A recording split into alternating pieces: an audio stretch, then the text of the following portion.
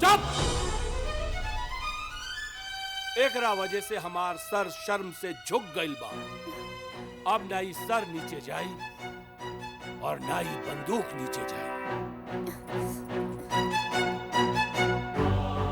प्रेम ऐसन कौनो काम नहीं कइलन जेकरा वजह से राउर सर झुकी। ए बेगुनाह बाड़न। अरे बेगुनाह तक कंस भी रहलन, लेकिन गुनहगार बनकर उनका अंत तो भइल ना। जगरा कंस के पाप और कृष्ण के लीला में फर्क पता नहीं खे, ओकरा इश्क करे वाला के गुनाहगार कहे के पूरा हक बा। इतिहास, भूगोल, रामायण, महाभारत, गीता और पुराण तोहरा से कहीं ज्यादा हमने के पढ़ ले हैं जा। पोथी पढ़ पढ़ जग मुआ, पंडित हुआ न कोई, ढाई अक्षर प्रेम के पढ़े सो पंडित होए। बेशक अमीरी सबसे आगे रहेगा, बाकी गरीब इंसानियत में आगे रहेगा। बाकी हम ऐसा कोनो अमीरी और गरीबी की लड़ाई लड़े ना, हम तो बस खाली जानवी की यहाँ छोड़े आयल बानी। हम अच्छी तरह समझ गई नी तोहारी चालाकी हमरे जानवी के फसावे खातिर। बहुत अच्छा कइला जे तू यहाँ आ गइल बाड़ा। अब सही सलामत अपन पैर पर ना जाइबे हम।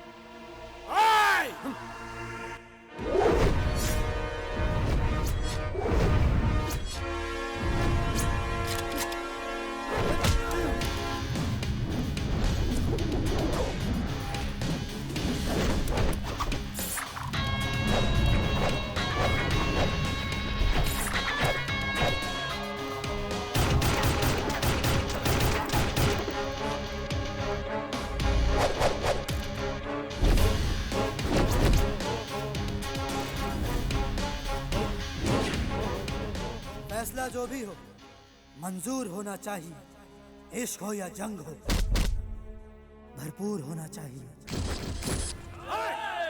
हमनी के बीच में केहू ना आई।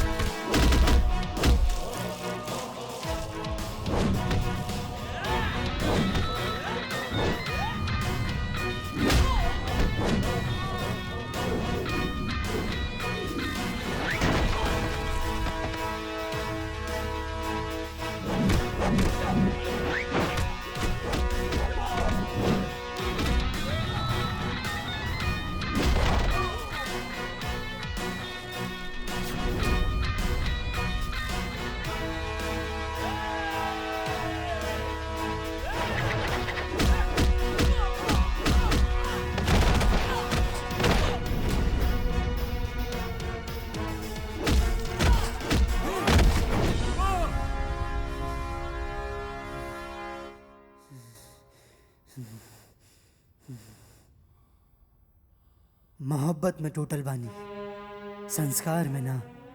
और हमार संस्कार इतना भी नहीं खे गिरल कि हम जानवी के पिता पर हाथ उठाएं। वो ना समझे कि उसका मुकद्दर हूं मैं समझता हूं कि वो मेरी तकदीर है। पूरा फिल्म देखे खातिर अभी डाउनलोड करी दंगल प्ले ऐप।